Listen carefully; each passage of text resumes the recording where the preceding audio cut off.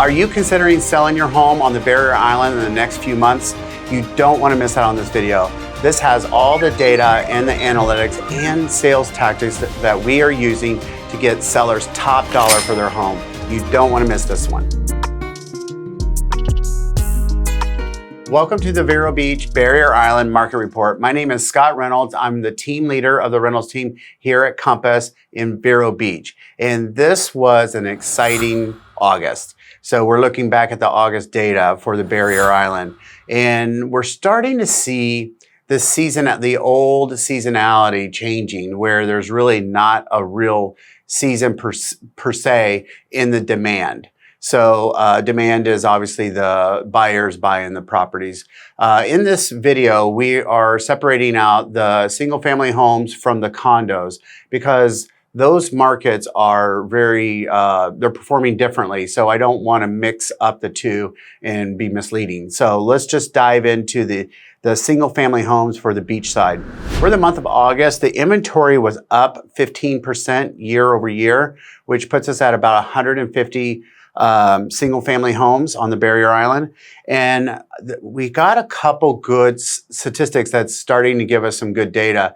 So 28% of all the listings have done a price reduction. So they're correcting a little bit for the market. And 12% of the homes didn't sell and got relisted. So that kind of gives you an indicator of basically pricing and marketing. Those two are tying together. Sold, we were down 16% from the same time last year. In pendings, we were up 55% from the same time last year. Being down 16% was not a big deal. August can, depending on vacations and everything, can be a little wonky, but the demand is looking really, really good. So then now months of inventory is going to tie back with the marketing and pricing. But the months of inventory, there's 5 months of inventory based on the current demand and inventory. And list price to sell price ratio is at 91%. Previous videos have talked about this. With a more of aggressive marketing and pricing strategy, a lot of times I've seen the sellers actually net more money because they came out on the price correctly the first time, generating the most interest rather than creating the days on market and getting a little stale. So that 91%, meaning from original list price to sell price, was anywhere between, in our markets, ranging from 9 to 10%, where it could be 2% or 3%, creating even more interest in better contracts, and you're actually netting more money. Sliding over to the condominiums. Now, the condominiums on the beach side has shifted in the past 6-7 months. And I'm expecting demand to pick up as we get into the more, cooler months.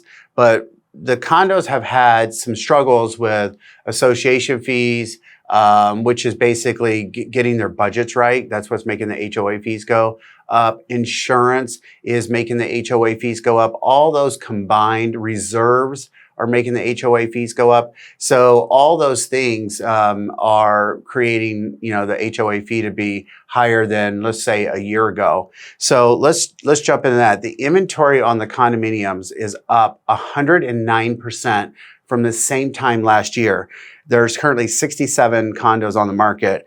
20% have been price reduced, and 20% have been price reduced, and 23% have been relisted, meaning they didn't sell during the contracted period, and then the realtor needed to relist it, or another realtor relisted it and repackaged it. Solds is down 50% from the same time on the condos than the same time last year.